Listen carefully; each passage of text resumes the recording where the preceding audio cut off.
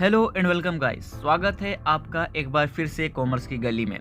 Commerce की गली एक ऐसा प्लेटफॉर्म जो आपको ऑनलाइन क्लासेस प्रोवाइड करता है वीडियो रिकॉर्डेड के थ्रू, और आने वाले समय में लाइव क्लासेस भी लिए जाएंगे। कॉमर्स की गली आपको ऐसे तरीके से पढ़ाती है जिससे आप अपना खुद का एग्जाम्पल क्रिएट कर पाओ। खुद का एग्जाम्पल क्रिएट करने का मतलब कि आपने कोई टॉपिक पढ़ा और वो अच्छे तरीके से समझ में आ गई तो आप उसका खुद से एग्जाम्पल क्रिएट कर सकते हो। अगर आप एग्जाम्पल क्रिएट नहीं कर पा रहे तो आपको वो कॉन्सेप्ट नहीं समझ में आया, तो चलिए बिना देरी के शुरू करते हैं।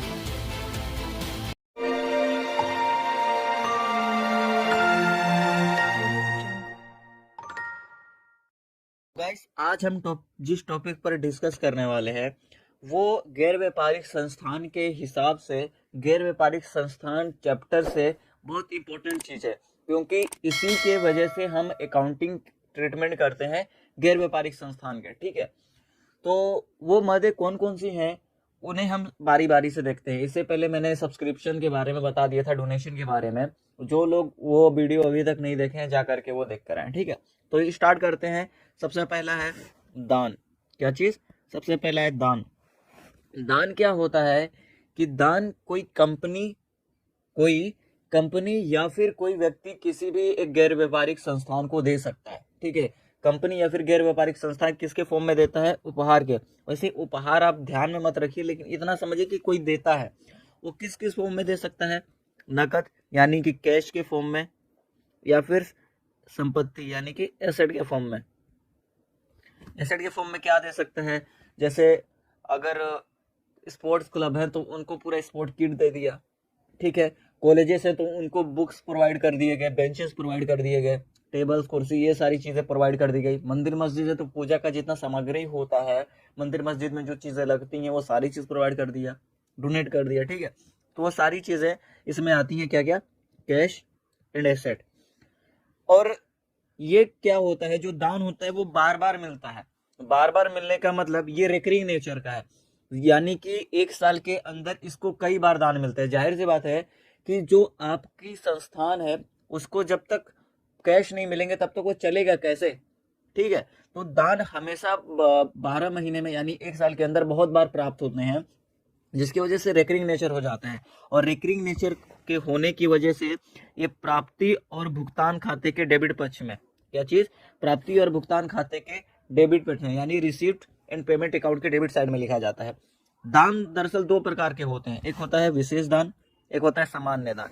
विशेष दान क्या होता है? जब दान किसी स्पेशल पर्पस के लिए दिया जाए, यानी कि किसी विशेष कार्य के लिए दिया जाए। विशेष कार्य यानी कि आपका जो डोनेशन मिला, आपको जो दान मिला, उस दान का एक स्पेशल पर्पस यानी कि विशेष कार्य डिसाइड कर दिया गया है। कि जैसे कि आपको स्कूल में ये बिल्डिंग बनानी है, इससे ये किताब लेना है। ठीक है, और क्या हो गया कि स्पोर्ट क्लब में जब डोनेशन मिला, विशेष डोनेशन, इससे बोला गया कि आप केवल स्पोर्ट किट ही खरीदिएगा। समझ में आया? तो जब उसका काम स्पेसिफाइड हो जाए कि सिर्फ आपको यही काम करना है, तो वो विशेष दान में आता है। ठीक है, विशेष दान में आता है। और ये विशेष दान एक प्रकार का लायबिलिटी होता है, क्योंकि वो स्पेसिफाई हो गया है और ये बार बार नहीं मिलता है विशेष दान, जिसकी वजह से ये कैपिटल नेचर का हो गया, यानी कि पूंजी प्रकृति का। और ये पूंजी प्रकृति का होने के कारण ये बैलेंस शीट के लायबिलिटी साइड में दिखाया जाता है। बैलेंस शीट के लायबिलिटी साइड में दिखाया जाता है। समझ में आया? सामान्य दान क्या होता है? सामान्य दान जो डे टू डे एक्टिविटी के लिए मिलता है, और ये रिकरिंग नेचर का होता है, जिसकी वजह से ये आय व्यय खाते के क्रेडिट पक्ष में जाता है। ठीक है, अगर इसमें कोई समायोजना करने के लिए दिया गया है, दान से रिलेटेड कोई समायोजना करने के लिए दिया गया है, तो समायोजना कौन कौन से हो सकते हैं? पहला हो सकता है दान की आधी राशि को पूंजीकृत करें। दान की आधी राशि को पूंजीकृत किए, और जब पूंजीकृत करने के लिए बोल दिया गया, ठीक है, पूंजीकृत करने के लिए बोल दिया गया, तो इसको आधी राशि को दायित्व पक्ष में बैलेंस शीट के, और आधी राशि को आय व्यय खाते के क्रेडिट पक्ष में लेके जाएंगे। समझ में आया? अगर स्पेसिफाइड नहीं है कि कैपिटल नेचर का है या फिर इसका, तो वो अगर स्पेसिफाइड नहीं है तो आप उसको सामान्य दान ही मानेंगे। अगर कोई स्पेसिफाइड नहीं है तो सामान्य दान मानेंगे। ठीक है, और क्या लिख रहा है? दान की राशि को पूंजीकृत कीजिए। दान की राशि को पूंजीकृत करने का मतलब आपका जितना अमाउंट है उस सारे अमाउंट को बैलेंस शीट के दायित्व पक्ष में लेकर चले जाना है। समझ में आया? वसीयत। वसीयत क्या होता है? ये भी एक प्रकार का उपहार है। जैसे कि मेरे पापा के पास उनकी संपत्ति जो है, उनका जो सारा घर बार जमीन है वो मुझे मिल गया, वैसे ही नॉन प्रॉफिटेबल ऑर्गेनाइजेशन में को भी वसीयत मिलती है। वसीयत इन द सेंस कि उसमें कोई वर्कर काम कर रहा है, मतलब वो जिस ऑर्गेनाइजेशन को सपोर्ट कोई करता है, उसने एक अपनी बिल्डिंग, अपना घर उसको वसीयत के रूप में दे दिया, या फिर उस कमिटी में, उस ऑर्गेनाइजेशन में जो बंदा काम कर रहा है उसके घर वाले ने या फिर उसका जो सारा घर बार था उसको मिल गया और उसने कमिटी को दे दिया, मतलब उस ऑर्गेनाइजेशन को दे दिया, तो वो वसीयत होती है। और ये वसीयत बार बार प्राप्त नहीं होता है, ये बार बार प्राप्त नहीं होता है। इसलिए ये जो सारी वसीयत की राशि होती है ना, लेगेसीज की राशि होती है, इसको दायित्व पक्ष में लेकर जाते हैं आर्थिक चिट्ठे के, यानी कि बैलेंस शीट के दायित्व लायबिलिटी साइड में लेकर जाते हैं, ठीक है। लेकिन यदि वसीयत की राशि कम है, यह चीज, अगर वसीयत की राशि कम है तो इसे आय व्यय खाते के इनकम एंड एक्सपेंडिचर अकाउंट के क्रेडिट साइड में लेकर जाया जाता है। समझ आया? यस सर, समझ आया। अब आता है आजीवन सदस्यता शुल्क। आजीवन सदस्यता शुल्क क्या होता है कि कोई मेंबर बनना चाहते हैं किसी भी इंस्टीट्यूशन के, किसी भी एक ऑर्गेनाइजेशन के, तो ठीक है, तो वो क्या सोचते हैं कि मैं एक बारी बारी पेमेंट करने के बजाय मैं इकट्ठा पेमेंट कर देता हूँ। क्या चीज? बार बार देने के बजाय इकट्ठा पेमेंट कर देता हूँ। जैसे हमने भी बहुत सारे कोचिंग संस्थान में देखे होंगे कि सर आप बार बार क्यों ले रहे हैं, मैं इकट्ठा पे कर देता हूँ, वो ले लेते हैं, मेंबर बन जाते हो आप, ठीक है। तो उसी लिए आजीवन सदस्य शुल्क क्या होता है, किसी भी एक इंस्टीट्यूशन में, किसी भी एक ऑर्गेनाइजेशन में आदमी क्या सोचता है, जो मेंबर बनने वाला है, कि बार बार पेमेंट करने के बजाय इकट्ठा पेमेंट कर दूं।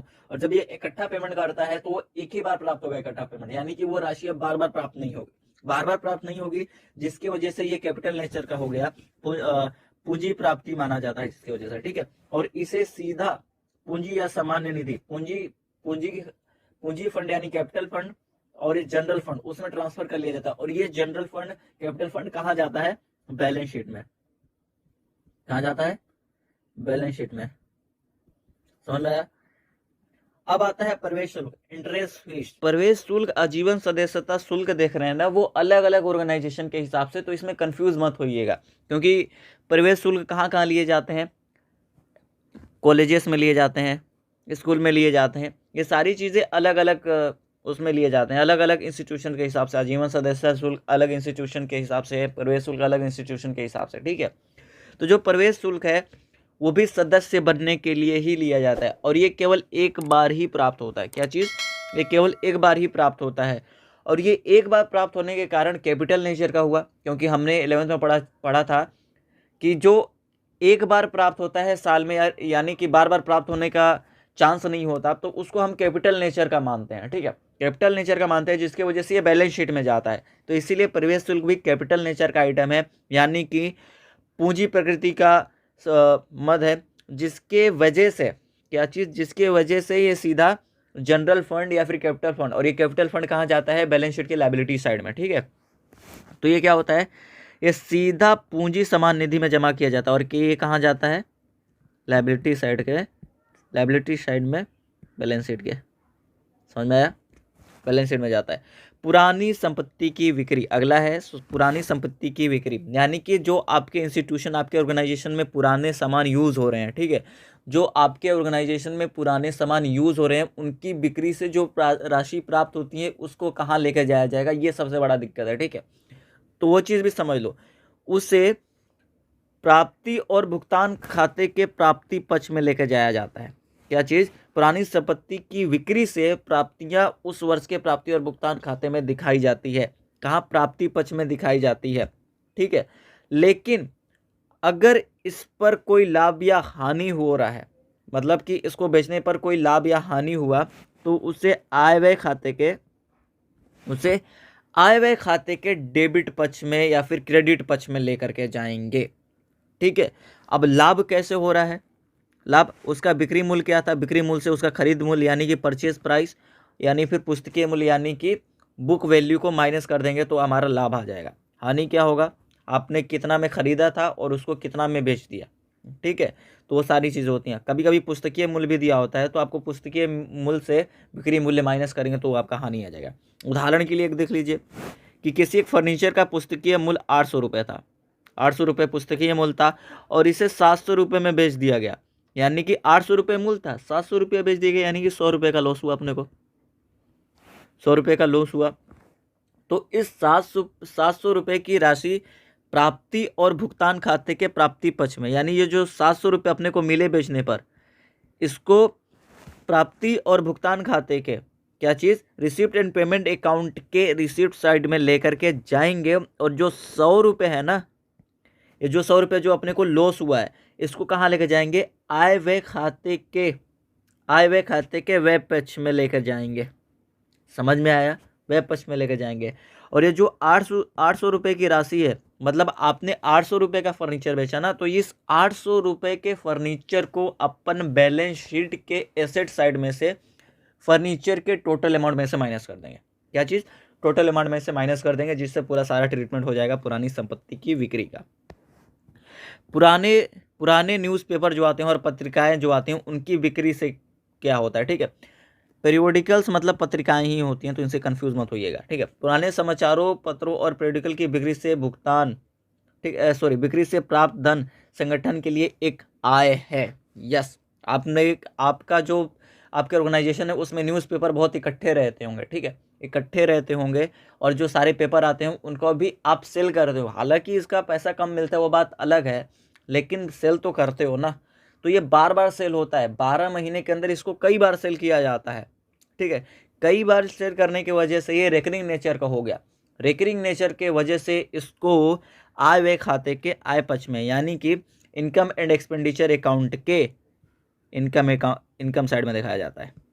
समझ में आया, इनकम अकाउंट में दिखाया। खेल सामग्री की बिक्री, यानी कि आपका जो स्पोर्ट क्लब है, ठीक है, उसमें जो पुरानी चीज़ें रखी गई हैं, जैसे बैट बॉल, वो चीज़ें जो यूज़ हो चुकी हैं, यूज़ बार बार होता है, क्योंकि आपकी जो ऑर्गेनाइजेशन है उसमें बहुत सदस्य जुड़े पड़े हैं, क्योंकि आप समाज को और अपने सदस्य को सर्विस दे रहे हो, सेवा दे रहे हो, तो जिसकी वजह से वो सारे लोग यूज़ करते हैं, और यूज़ करने की वजह से आपकी संपत्ति जल्दी ख़राब होने लगती है। तो जब पुरानी हो जाती है, वो संपत्ति खराब होने के कगार पर आ जाती है, तो उसे ऑर्गेनाइजेशन सेल कर देती है, ठीक है। सेल करती है बार बार में, यानी कि 1 साल के अंदर ये बार बार होता है, और बार बार होने की वजह से ये रेकरिंग नेचर का हो गया, और रेकरिंग नेचर की वजह से इसको आय व्यय खाते के आय के रूप में दिखाया जाता है, यानी कि आय व्यय खाते के इनकम साइड में दिखाया जाता है। समझ आया, ओके सर, समझ में आया। मानदेय का भुगतान यानी कि आपकी ऑर्गेनाइजेशन ने कोई कार्यक्रम कराया, जिसमें आपने एक परफॉर्मर यानी कि एक आर्टिस्ट को बुला करके लेके आया, ठीक है, कलाकार को बुला करके लेके आया। जैसे कि आपके ऑर्गेनाइजेशन में अगर सिंगिंग कॉन्सर्ट कराया, तो उसमें अरिजीत सिंह आ गए, सोनू निगम, ऐसे करके, तो उनको आप जो पेमेंट करोगे, वो आपके सदस्य नहीं है आपके ऑर्गेनाइजेशन के, उसको आप जब पेमेंट करोगे तो उसी को बोला जाता है मानदेय का भुगतान। मानदेय का भुगतान क्या होता है, ये रेकरिंग नेचर का, यानी कि आप 1 साल में कितने बार भी करा सकते हो, ठीक है, बहुत बार होता है, जिसके वजह से ये आय व्यय खाते में दिखाया जाता है,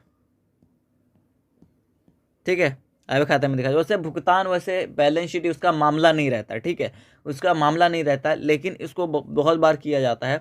मैं बता रहा हूँ, क्योंकि जो इनकम होता है ना, उसमें कैपिटल और एक्सपेंडिचर में थोड़ा सा वो चीज़ करना रहता है कि यार एक्सपेंडिचर है तो ये कहाँ जाएगा, सॉरी, इनकम है तो ये कहाँ जाएगा, अगर कैपिटल नेचर का है, रिवेन्यू नेचर का, तो लेकिन एक्सपेंडिचर में थोड़ा सा मामला क्लियर रहता है, क्योंकि आप पेमेंट कर रहे हो तो उसको पेमेंट करना ही है। कैपिटल नेचर या फिर क्या चीज़, कैपिटल नेचर और रिवेन्यू नेचर का उतना ध्यान नहीं देना पड़ता, लेकिन थोड़ा बड़ा देना पड़ता है।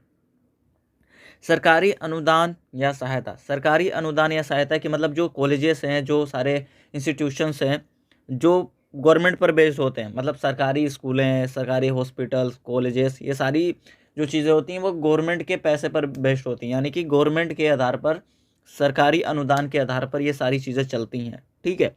तो इसकी वजह से इनको वार्षिक रूप से बहुत बार प्राप्त होता है, यानी महीने महीने में इनको राशि मिलती रहती है चलाने के लिए उस ऑर्गेनाइजेशन को, ठीक है।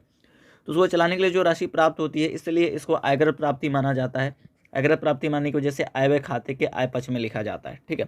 परंतु जब दान की राशि वो किसी विशेष कार्य के लिए देती है, क्या चीज़, किसी विशेष कार्य के लिए देती है। विशेष कार्य यानी कि सरकार ने कर दिया कि कॉलेज में आपको एक न्यू बिल्डिंग बनानी है, क्या चीज़, एक न्यू बिल्डिंग बनानी है, तो वो काम स्पेसिफाई हो गया कि केवल इसी को बनाना है, तो इसके लिए पूंजीगत प्राप्ति माना जाता है, क्योंकि ये बार बार नहीं मिलता, जिसकी वजह से ये लायबिलिटी साइड में जाता है।